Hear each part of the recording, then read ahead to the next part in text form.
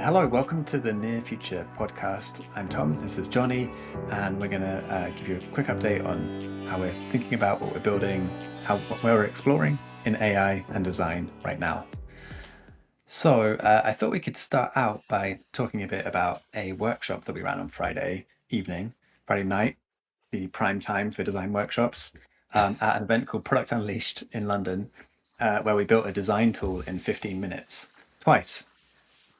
So it was a fun event. There were a bunch of great talks that happened.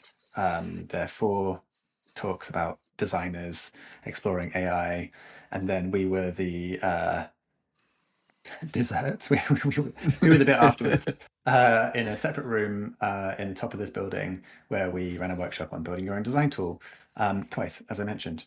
So, Jonny, I thought we could talk a little bit about how we went about that, any high level takeaways or themes from the event, and perhaps give a bit of a behind the scenes look at building out that workshop. So, how does that sound to you? Yeah, sounds good. Yeah, it was a interesting challenge that I think we set for ourselves, really. No one asked us to try and build a design tool in 15 minutes. We decided to do that and then went through a process where we realized that it was going to be slightly more complicated or at least less predictable than we thought it was.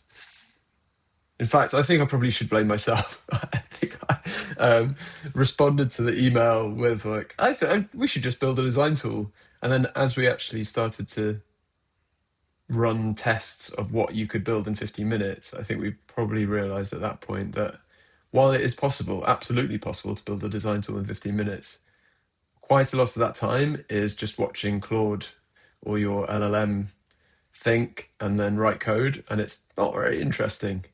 And we actually ran a straw poll during the workshop of who was familiar with these tools, and pretty much everyone was using Claude in Terminal. So I think it wouldn't have even been interesting to people who hadn't seen it before. There weren't that many people that hadn't seen it before. So uh, we sort of guessed that and quite quickly realized that not only were we going to need to build a design tool, we were actually still also going to have to to think about a narrative and a presentation and all of the talk aspects. This wasn't us getting out of doing a talk. This was just us adding an extra thing on top of doing a talk, and also working out how to do it together in 15 minutes, which I think we're pretty good at now. We're a fairly good double act. We know when to sort of hand it over to the other person or to butt in, but all quite complex. So um,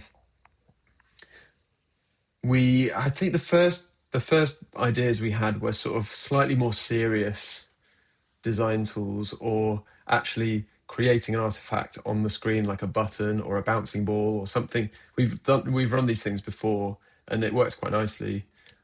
And then you go on and you prompt the sidebar or the controls to be able to manipulate whatever it is that you have on screen. And quite quickly, I think we tried that and just sort of felt like the temptation was going to be to directly manipulate the object rather than build the tool around it. Or at least that's what my fear was. And so switch to, no, let's just build an actual tool. The problem is a lot of design tools are quite complicated, and it maybe would have been a little bit dry to watch someone try and perfect the easing curves on a button hover state for 15 minutes. That's not, we're eating pizza. It's sort of 8:30 p.m. We've had one or two alcoholic drinks.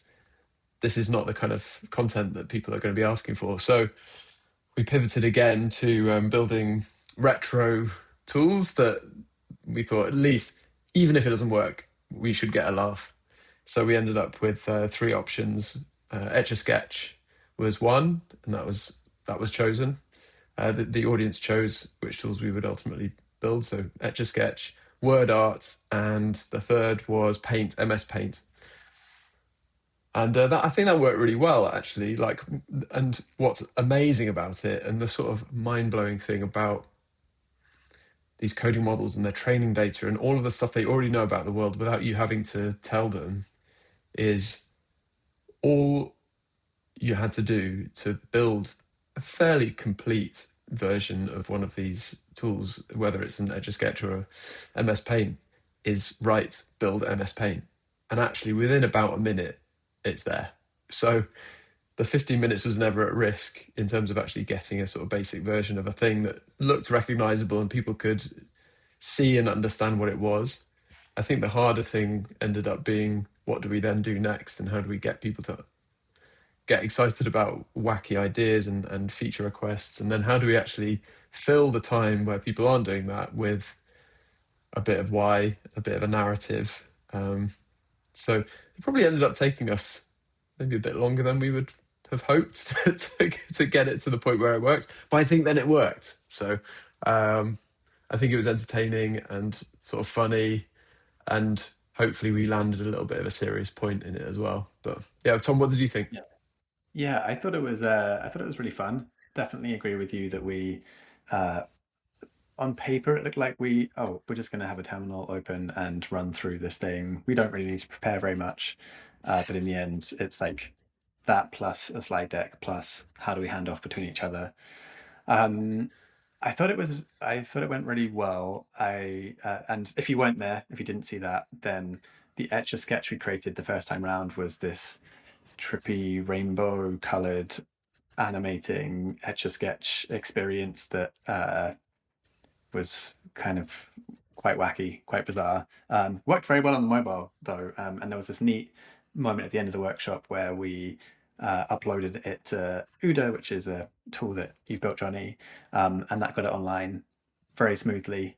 Showed up a QR code for the audience to scan with their phone, and then they could play with it on their phones. Um, so yeah, I was quite impressed with how the technical details held up under that kind of environment. Um, and the narrative was fun as well. Like it was more, as we said, more work than we anticipated, but it was fun to dig into some of the narrative in a bit more detail. That Mm. allowed us to explore a bit more of the history of toolmaking and design, which I'll speak to in a moment. But yeah, I wonder if you might actually want to speak to some of the slides that you shared at the start, which were about giving some context into why this matters. Because I think if you just look on the surface at building an Etch A Sketch in a group in 15 minutes, it was a fun exercise, but maybe not super relevant for designers practicing day to day and what they might want to do. But I think there is a real depth to why this matters. So yeah, would love to hear your thoughts on that, Jonny. Yeah. So this isn't the first time we've sort of told this story, and I think that this topic is something that I keep coming back to myself in terms of how I think about how this technology is going to impact us. And I know in the last episode we talked about there's three different ways in which broad buckets in which a designer might be able to utilize AI in their day to day. One is to write production code. One is to build prototypes and non-production code, but enable their design work to be brought to life in some better way. And then the third is to build tools to better allow them to design whatever it is they're designing, whether that's in code or not. And I think that that tooling one is basically the story that I think that I wanted to tell at the start of this workshop. I'll see if I can get the slides up actually. Oh yeah, here we go. So I just, If you're watching this on YouTube, you actually have something to look at other than our faces. But if yeah, you're listening to it's this wild. only, we will try and narrate these so that they make sense without needing to look at a screen. Okay, here we go. Yeah, so the first, I mean, the first slide is just a picture of a man that is actually Johannes Gutenberg, and I think Gutenberg is probably a bit of a cliche to bring up as part of a narrative around technology inducing enormous societal change, but I did it anyway, YOLO. And I think that broadly we're in like this Gutenberg moment now, or this post Gutenberg moment. AI is the great enabler. There are second, third, fourth order consequences of this technology that we're yet to see, and things that were held in very few people's hands before the printing press appeared suddenly were more broadly available, and books got probably not cheap immediately, but became much more accessible, and therefore knowledge was disseminated, etc., etc. We're now in that situation where we're no longer beholden to two or three companies that are very large and very far away, with very with roadmaps that you can't easily manipulate yourself for your own ends. And we're now actually able to choose from tools that already exist. I think, yeah, there's now, I think, nearly 100 tools on this website, designtools.fyi, that I have on a slide if you're listening. And so there's lots of paid options still built by startups and individuals. But actually, even more than that, we're now able to build our own. So that was like the sort of narrative that I wanted to go with. And I don't know, like I had about 3 minutes to explain it, as with this whole thing. Is 15 minutes is nowhere near long enough, but maybe someone got it.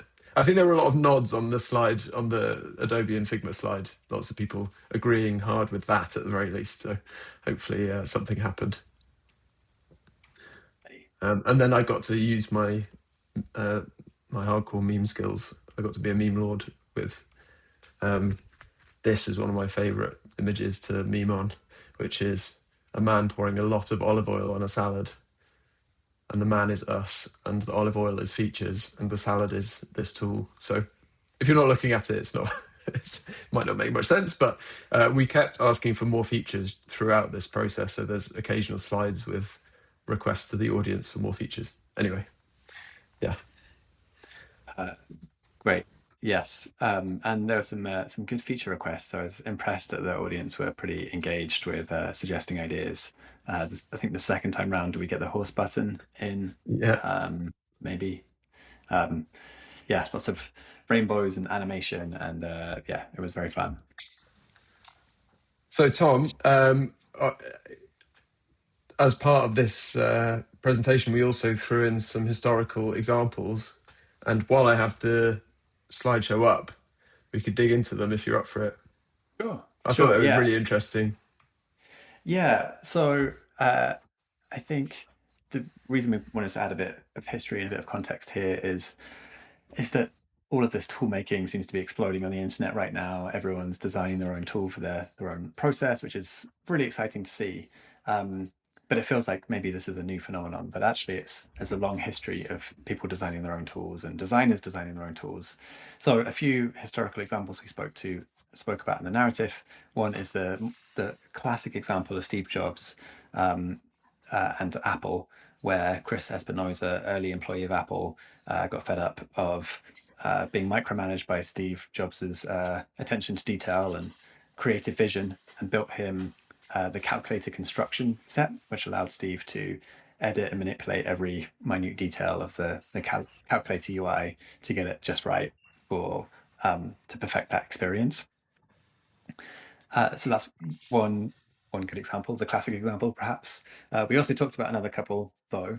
The second one was around this idea of automatic double tracking, which was invented by or inspired by John Lennon of the Beatles, double tracking his vocal, which has this amazing audio quality to it. But John wasn't a big fan of needing to manually do two takes of all the songs they were recording. So the audio engineer there, Ken Townsend, decided to invent this way of automatically double tracking vocals, or John's vocals, which allowed them to keep this sound based signature move that they had. You'll hear it a lot in Revolver if you listen to that album. But it allowed them to do it much more efficiently and easily, and sort of gave them that creative power, but without needing John to go through this gauntlet of painful extra work that he didn't need to do. So a cool example there. The final example we spoke to the crowd about was in even before this, in the 1940s and 50s, Charles and Ray Eames invented the Kazam machine, which allowed them to bend plywood into these new shapes so that furniture could be built with these new forms that didn't really exist until this time. So it wasn't that it wasn't available to them, it wasn't available to anyone to bend materials into these shapes before the Kazam machine. So I think this is just a really cool example of how the idea for a vision, or the vision for a product in someone's head isn't even possible to make with the tools available today. You need to first build the tools in order to unlock what those tools are capable of producing. So I Mhm. think this sort of second order effect of how to think about designing products in this sequence is really exciting. So those are the three we spoke to the crowd about. Jonny, did you have any extras that you wanted to mention that were left on the cutting room floor, or any other ideas for historical references for designers or creative people building their own tools? Yeah, I mean, this sort of symbiotic relationship between a person and their tool. You like, I love the Eames one because they created the thing that then allowed them to invent their iconic chair, amongst other things. And as far as I understand, that the jig that they use for the Eames chair today is still the same one, the same mold as they created back in the day. You know, there's lots of fake Eames chairs. You can buy uh, replica ones and for considerably cheaper. But if you want a chair that was made in the same mold that they were using in the 50s, then you really can get that. That's, you know, a new Eames chair still uses that same simple tool. You know, it's a shape basically. That's all it is. But that shape is iconic and has lasted for decades, and uh, has led to this extraordinary sort of legacy of design. So I don't know. It's about. I love this one. I think that the Kazam machine, and then that methodology that then led them to create all of this wonderful furniture is just extremely romantic to me. And wow, just imagine if any of us get to create something that lives as long and large as this has done. I don't know. I sort of feel like, you know, we work in pixels and on the internet, and it's all a little bit more ephemeral than this. And maybe all digital product designers just really want to design chairs and lamps and things because, you know, it'll still be around in hundreds of years. But oh well, we're doing this. Our websites may get taken down one day, but in the meantime, yeah, was my favorite one. I don't have anything else. I just like this one. Yeah, yeah. That's a good comparison with the ephemeral versus the sort of physical world. And yeah, I do think there's something that is maybe a little bit more unique to this moment is the instant and temporary nature of these tools. Like they Mm, don't. I love this example as well with Charles and Ray Eames, but it is something that has lasted an incredibly long time, and it is its own mini form of manufacturing almost. Whereas the yeah, idea that you can prompt a tool in 15 minutes that can directly help you shape not only the output of your work, but the way you think about what your work is capable of through this new tool that exists, I think is yeah, um, really interesting. I think there's something that's powerful about that temporary and very hyper personalized, hyper specific use case that yeah. I don't know, it could unlock some really interesting things. Yeah, I think like this being a jig or like a mold, I think you would think of something like that as being really temporary. To go back to furniture making or carpentry or something, like I would make something in order to put a hole in exactly the right place in all four corners of a bit of wood, and then I'll throw it away, and I never need that anymore. And I think that that's a much closer parallel to a lot of what you see, like prototypes and you know, these sort of one-off tools, and nail an interaction and then never look at the tool again. Um, and I do think that there is this debate at the moment about whether anything that is so easily and cheaply made can ever be really valuable. Um, is there does there need to be pain and toil and iteration and, you know, failure and all of the other things that probably led to something like this and that led to all iconic pieces of design? Do you need that in order to create something iconic, or can something be created quickly that becomes iconic? I think if you read, there's this guy Kari Saarinen, who founder of Linear, um, and he's like having some very interesting nuanced take on all of this because he's very pro AI and they build a lot of AI stuff into Linear and things. But as a designer, he's very skeptical of shortcuts around the design process. He thinks design should be the work is the thinking, and there's no shortcut to the thinking, etc., etc. I'm increasingly subscribing to that. I think I went through this like hype cycle of like we're all doomed a little bit, because I couldn't see where the technology would stop being good. And now I think like a lot of people at the moment, I'm starting to be like, oh well, it's good at these few things, but what I really value is something that was created by a person and really thought through, and you can feel the difference. I really think you can feel the difference still. And maybe there'll be a point in time where we hit some singularity, but until then, yeah, like stuff like this, I'm not convinced that with all of the design skills, as in AI agent skills and amazing models, etc., I'm not sure that the value of design will lessen. The value of something that has been crafted will lessen, which sort of speaks to our mission, I think, as a business. Like we care about teams that care about craft, and so then our position on AI is necessarily more nuanced and not just throw agents at it and throw skills at it and then it's good enough. Like, no, how do you maintain that bar and still build things of value? And given you still have the same amount of time and time is necessary, where do you put that time and things like that? Yeah. Anyway, I Yeah. don't know. That was a real tangent, Oh, but yeah, craft this. tangent. Yeah, but I like the tangent though. I think, and I think to your example there, it's everything you described there isn't necessarily a new thing that is now possible because of AI. AI has just Mm, opened up new leverage, new ways of amplifying human craft. Um, I mean, I think there's maybe a separate conversation about when the products that are being built are to be consumed by agents. Maybe that changes the form factor of mm, them and the how you do how you define good design when the audience is not human.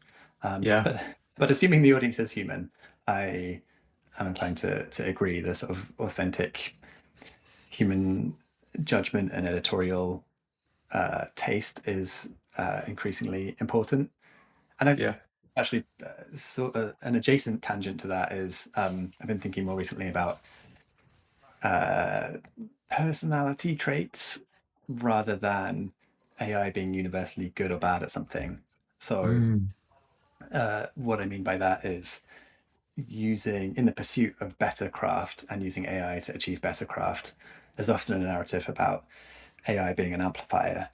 So it might amplify your range of creative thinking or getting to a prototype faster to generate an idea for the thing you want to build. And maybe those are two examples that are fairly universally applicable.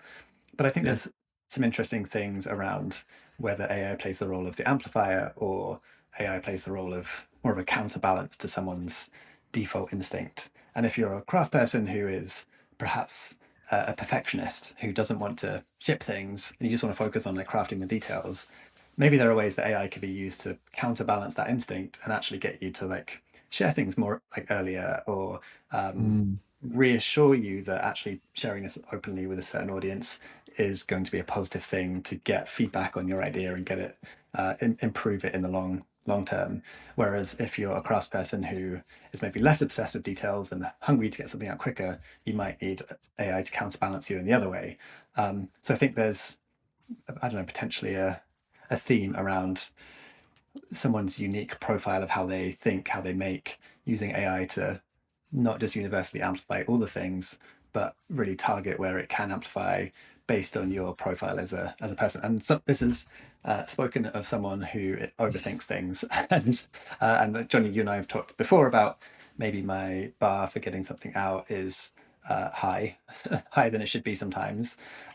And so I've been increasingly trying to use AI to like how do I lower it a little bit to like mm, get an idea out there or like just get me over the line of publishing something or putting out an idea or building a thing yeah, um, uh, with the view toward the longer term goal of that being to help inform and iterate on the thing, whatever artifact it is, to get it ultimately to a better place. But I think that really requires you to know yourself and know how you operate to be able to intentionally get AI to nudge you in the direction that is taking you on the right path. Because I think there's definitely a trap to fall into where you're a narcissist and you want AI to just tell you you're great all the time. And I don't, I Yeah. don't think that ends up in a positive loop. But if you're very self-critical and AI is a sycophant, maybe, I don't know, maybe there's a bit more balance there. Maybe it's not a Yeah. universally bad thing. Yeah. Really interesting. I mean, I do think I've probably a slightly different use case, but I've found AI most useful in shoring up weaknesses of mine. I think whether that's literally a technical weakness, like I've built things that I could never build because my coding ability is okay, but not great, and definitely things like infrastructure and how to think through that is would be challenging without AI. There's definitely a gap for me there, but also I'm a activator personality type that builds things and then generally struggles to stay excited about them over the medium to long term. So having building routines that involve agents that do things and then surface them to me in ways that make me think, oh, actually, I'm kind of interested in that. So I respond pretty well to finding out a bit of information that I want to read more about. Whereas a blank sheet of paper or just like a to do, I struggle with. So how do I build sort of agent infrastructure to pique my curiosity unpredictably every day so that it feels like something new, even if it's the same old boring thing? But to your point, I think you're in the right spot to leverage AI because I think AI is way better at encouraging speed than it is at encouraging slowness. Um, I think for people that, and I'm slightly more in this direction, for people that are naturally inclined to just YOLO stuff out, unless you very intentionally build ways for AI to review and stop what you're doing, and I don't know, like slow you down. It's just not its will. It's not what it wants. It wants to move fast. It wants to overproduce and get things done incredibly quickly. So working out how you would actually use it to help you deliberate and question your decisions and sort of stop you from shipping the thing you want to ship. For me, anyway, I don't know. I think it's slightly less good at that, basically, at the moment. That's not to say it won't ever be, and it's not to say it can't be if you work out how to make it work. But um, I actually think humans are uniquely good at that, or more good at that than AI today. Uh, I agree with you. I also think that's kind of fascinating because went through this process of trying to create a Claude skill, or I think it was a Claude skill, to help me write more publicly. But the Mm, way I originally wrote it was, or prompted it, was with slowness in mind. um, not it wasn't framed as slowness; it was framed more around rigor. Like mm, it's less about posting publicly and more about sharpening my own thinking to the point that mm, I would reach this stage where I had this well formed, well opinionated, well defended idea of something that I could then share. Because then it mm, wasn't really sharing anything. Like I felt very bought into every aspect of sharing it. Um, but basically, the focus was on interrogating the idea rather than just getting something live. And I think that might work if I was writing I don't know, a book that was going to print and needed much more rigor around it. But I, as we just discussed, have the opposite problem where actually I need AI to tell me this is good enough. Like you're just yeah, posting something on LinkedIn. Like it doesn't really, no one's going to yeah, read, going to spend that much time reading it. Like it's good enough. Um, and so I sort of retuned it for less about slowness and rigor and more about compensating for my own bias, because I think I would stall myself in getting something live without that. Um, but it Did it does help? require, Did yeah, that oh yeah, tweak like help your yeah? yeah. I generally have it. It's I mean, it's kind of been interesting going through this now, where I use AI to help push back on the ideas that I'm thinking about, or like sharpen my thinking or challenge some of the thinking. I'll generally Mm, try to not have it write very much, but it's more just an editor giving me feedback. yeah. Um, but then if I give it like 3 iterations or 4 iterations, after that it will just stop giving me feedback and just say you should post this now. Like it's good Oh, enough. that's good. Yeah, that's handy. um, so it's, I guess it's those kind of personality quirks that I think do require a bit of self-awareness, or at least Yeah, uh, I see what you mean. at least a sort of clear goal in what I'm trying to get done. You have to um, understand why the thing you want to do isn't happening in a fairly yeah. crisp way. Yeah, and I think maybe that comes down to the more you understand your own way of operating, the better you can prompt AI to help get you to either expose your blind spot or help accelerate you or amplify in what you're doing. Yeah, Um, and I guess yeah, writing publicly is one specific use case. It might not be relevant to all designers. Probably isn't relevant to all designers, but it is this sort of self-contained thing where you can really have AI push against different angles based on your own yeah, insecurities or weaknesses, or just profile your own shape. yeah, And so for me, I found that quite helpful, at meaning that the AI is less about, it's a little bit of judgment but less judgmenty, and I'm bringing a lot of the judgment, but it's helping me sort of lighten that expectation a bit on myself, which has been really yeah, useful. yeah. Well, that's great. I mean, you just said that these skills are very personal and it's about knowing yourself. But even so, I think it'd be kind of interesting to see to put that somewhere and see if it's more broadly applicable, like a writing assistant that isn't just producing slop. Because I think a lot of people are like, well, I don't want AI to write for me because the output is going to be poor. But actually, what I would love is to just have something to get me in the flow and get me feeling confident to do it myself on Yeah. some level. Yeah. So an AI editor rather than an AI writer, I think, is pretty compelling. I'd use it. Yeah. Yeah. Well, I think there's well, thank you. I think there's another angle of this, which is around just how you process things, like like I don't know. I feel like I need to talk things through. I mean, that's partly why to an extent, why we started this podcast, to Mm, have more of an excuse to talk things through together. But I find that really important, to just processing information and getting clearer in my thinking.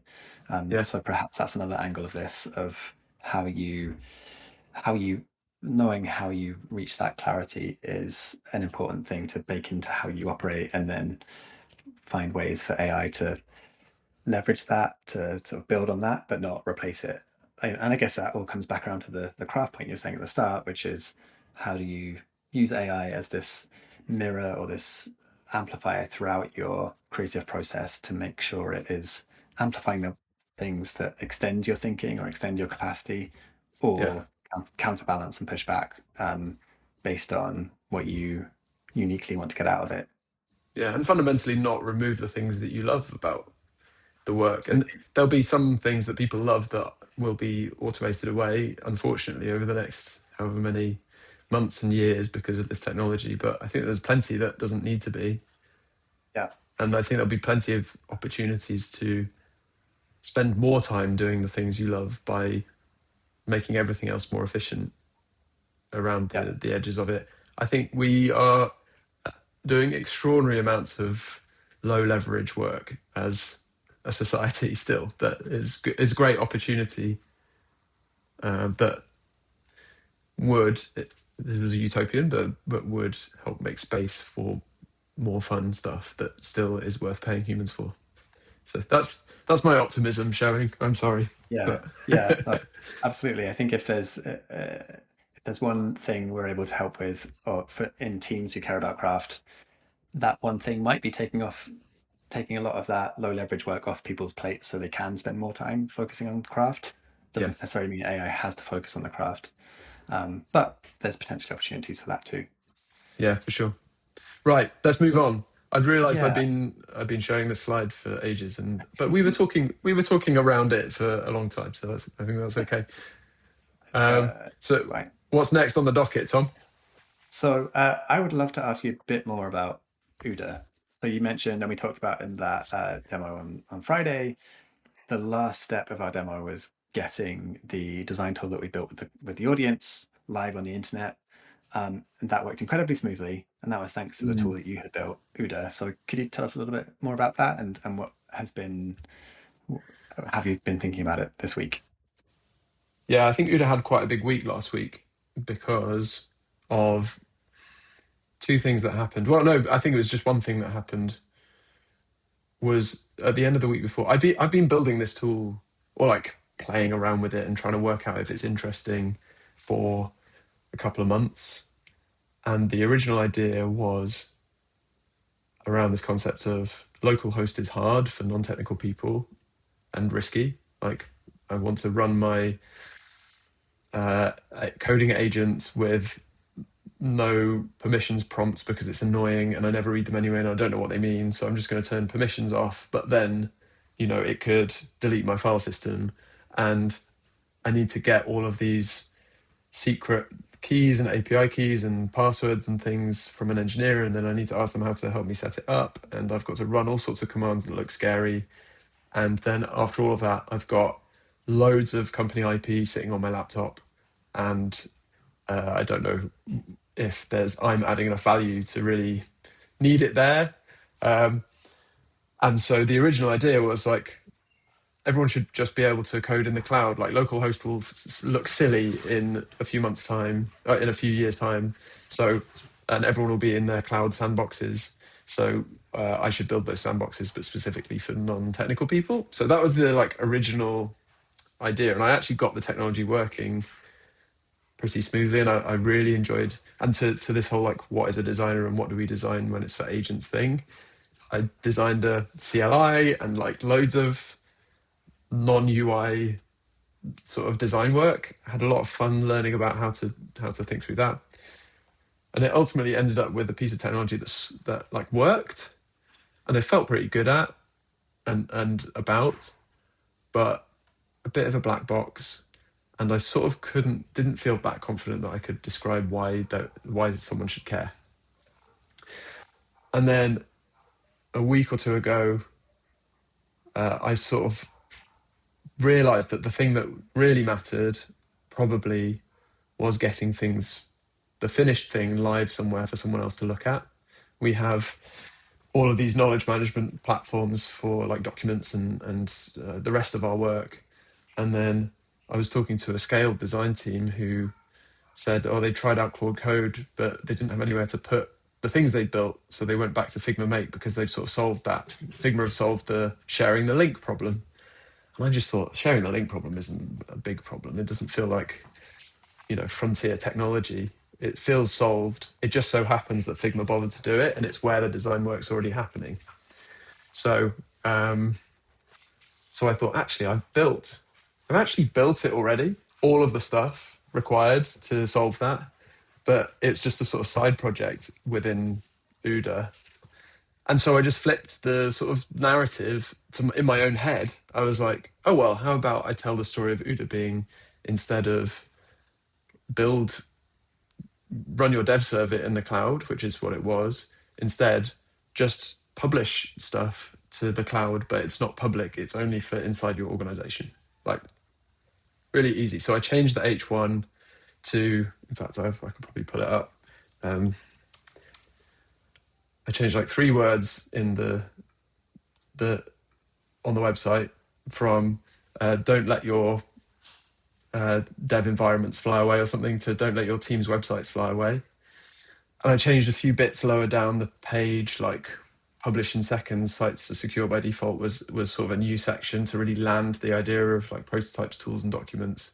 So just really try and sort of be really simple on the proposition. And I shared it with 2 or 3 people last week, and every single person was like, oh yeah, I'm trying to solve this at the moment. And just one of those, I've been a founder before, and you sort of know it when you hear it, people going, I at least get this. They might not all be customers, but they understand what the problem is immediately, and they want to talk to you about it a little bit more, or they have a take on it, or they have here's the nuance for their organization. And so one person booked in straight away for a call to see if they could get access. Another person listed out a ton of use cases and was like, how many of these can you solve? And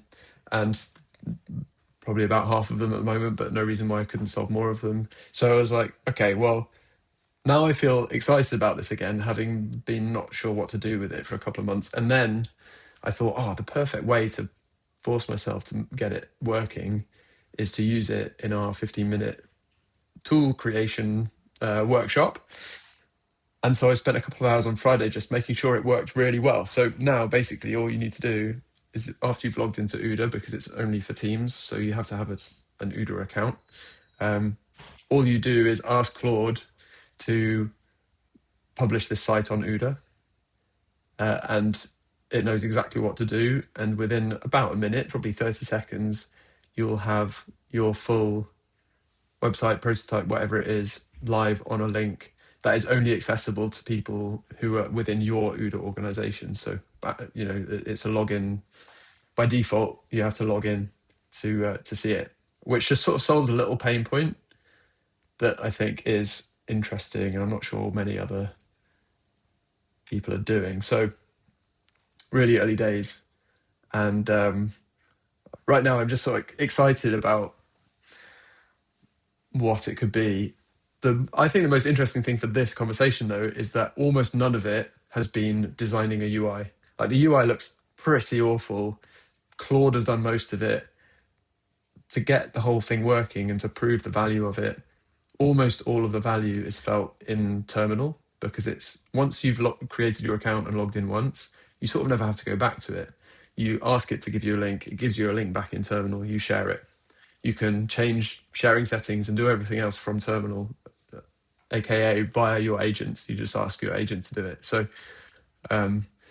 it's like a UI-less platform, basically. The UI is only for managing other team members and things, really, at the moment. So it's been quite, it's a very, like, a product of, I suppose, a product of 2026, and how we're doing things. But yeah, so that it's been fun to play with. I'm excited to see where it goes.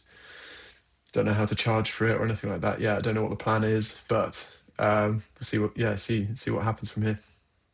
Super cool. Hearing you talk about it like that makes me, I don't know about this reference, but it reminds me of the early days of Dropbox, where it was just like a folder on your computer, and you just like, oh, I want to share this file with somebody, so I'll just drop it into this folder, and then Yeah, making the journey, the round trip to share something as short as possible, and yeah. independent of an existing tech stack that someone's a part of, but with like really secure permissions. So I think that Yeah, feels like a really, the sort really of valuable. invisibility of it is the thing that excites me the most. Yesterday, I was working on it, actually, and Claude wrote me a big plan for a piece of a feature that I was thinking about building, and I was like, I don't want to read this inside Terminal. It's so hard to read. So I was like, I'll just put it on Ooda and send me the link. And I read it in a nice HTML page, and the fact that A, that was very quick to do, and B, it sort of means that that websites are ephemeral now. You don't need to, like, create a new site on Netlify and, like, click a billion things, or or Vercel, or all of this kind of stuff. It just feels so simple to do that it's that, again, the tools, the symbiotic relationship between a person and their tools. Like, because I have that tool now, I might do things in a different way, which may lead to other consequences and interesting thoughts and ways of doing things. So yeah, I think it sort of all comes back to that. But yeah, I'm excited about it. I'll probably talk about it more on future episodes. So Thanks for sharing. it's a pleasure. I know we're coming up on our time, but I wanted to share one fun thing about over the weekend, and I'd love to hear anything else fun that you want to share too, Jonny. But No, I after want to hear this. You haven't told me about this yet, intentionally, so I'm excited. so on Friday, so my 5-year-old son Wolsey was home from school on Thursday and Friday because he was sick.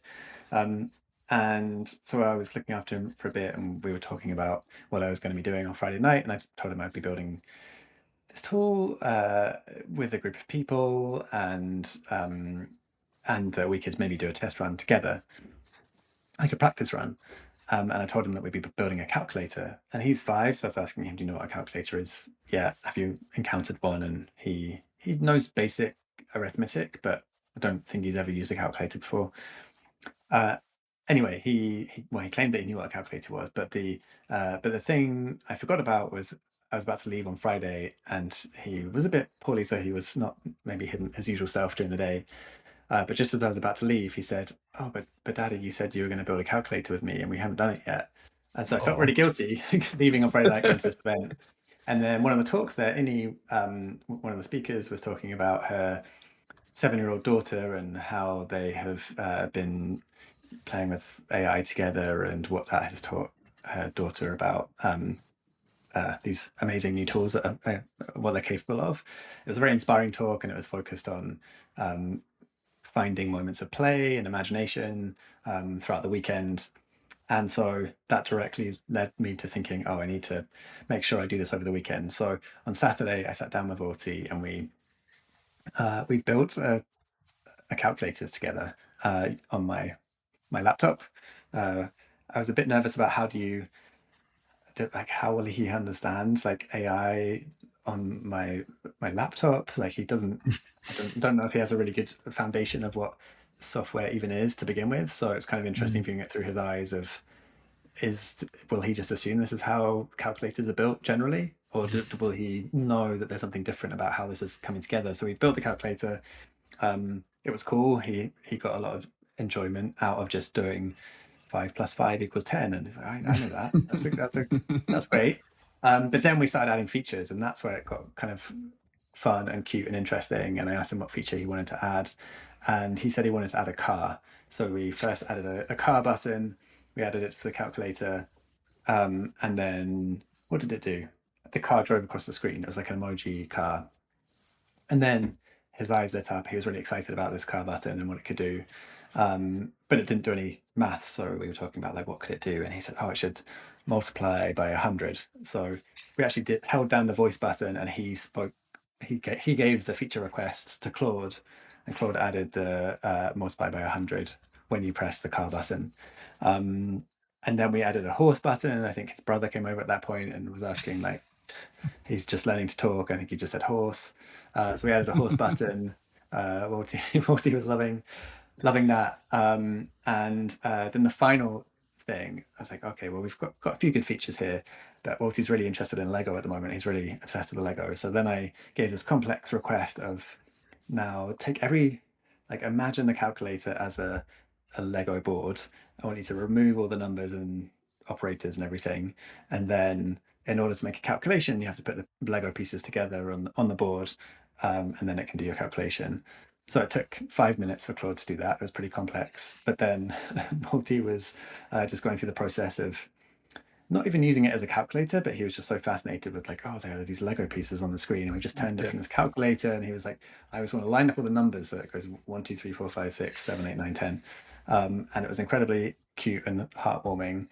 But also at the same time, I was wondering, like, going through my mind, like how is he conceptualizing all of this? And Yeah. he doesn't have like a huge amount of screen time generally, uh, and so his base knowledge of how to use these tools is, I imagine, quite minimal. But Yeah. just sort of fascinating to think about someone who is growing up today, like, and they will like they will grow up. They'll be teenagers. They'll be adults when this technology is much more mature, and like Mm. how the scene we're setting today, how that informs how they think about this stuff, I think Yeah. is it's kind of wild to think about, like how AI will be at that stage. But for now, it's extremely cute, in a way that feels inspiring and exciting and magical. I just need to make sure that I don't create some kind of addict in wanting Yeah. to play with AI tools constantly. But it's been, yeah, fascinating to play it with him and just to see what's going through his mind as he's sort of processing what he's seeing on the screen and how he's interacting with it. So It's yeah, a awesome. fun, E- yeah. Extremely cute. And yeah, you do sort of think, well, how much should we be encouraging kids to be using AI at the moment, especially young ones? But at the same time, it's going to be inevitable for them. Like, it's going to be everywhere. So maybe it's better to know about it. And it also made me think, are we due like a touch screen 2.0 but times 10, where, you know, Joe, my 4-year-old, will like poke the telly and not really understand why that's not a touchscreen, because he's much more used to a touchscreen than a non-touchscreen, or at least that's what he sees, sort of the direct manipulation happening. And he's like, that makes more sense to me than having to use a controller. Like, why would I do that? And so, you know, the next thing they're gonna grow up with is direct manipulation of UI, maybe, or direct manipulation of the information they get at any point in time that completely changes. So might then get frustrated by like having to find a button in a menu to do something rather than just shout at the thing. Yeah. Like what are the new interactions that become so normal that Yeah. it seems crazy that you would ever have done anything else? Yeah, so true. So true. And Walter had very similar instincts when we were looking at things on the laptop screen. He first went to touch the calculator, and then he remembered he needed to touch the keyboard. And then he Yeah, was struggling. It took him a really long time to move the mouse to the right place. yeah, Um, yeah, and it's introducing this technology. And this is definitely not a parenting podcast for anyone who's listening and wondering about what I'm about to say next. But I do think there's a difference between technology as a pacifier, like putting someone in front, a kid in front of a screen, versus using it as a way to like engage directly with them and learn something together or explore something together. yeah, And for me, that felt like a good use of that this moment to try and like explore what technology makes possible in that instance. sure. Also reminded me actually of a fun fact I've never told you, Jonny, or anyone who's listening to this. But when I was a kid, so my dad was a software engineer, and when I was, I don't know, maybe 8 or 9, I remember him, like us writing a computer program together with a BBC Basic computer, and it Amazing. allowed you to type in letters, and it translated them to this different code, so we could like write secret messages. And yeah, we wrote it in code together, and it was kind of a formative experience. But also looking back now, it's quite a sort of nostalgic bonding experience with my dad, I bet. and kind of cool that was possible at that time. And so now I'm wondering about the equivalent of that in the AI era. Like, is that Yeah, something, like, obviously not needing to teach kids to code anymore because of of AI, but what's the equivalent of that? And maybe it is a version of building your own tools or building your own personalized software to help with specific homework or specific thing completely. you're looking to tackle. I feel like that experience for you is about creativity and creating something new and magical. And that feeling of magical is not going anywhere, I'm sure. It just might be that the way you do it is different. True. Yeah. So true. Right. On that, I think we should wrap episode 3 in the can. Thanks, Tom. Thank you, We Jonny. will get back to it next week, I suppose. Yeah. Thank you for listening, if you've been listening to this, and thank you, Jonny. This has been fun. As always, excited for this week. See you soon. Bye.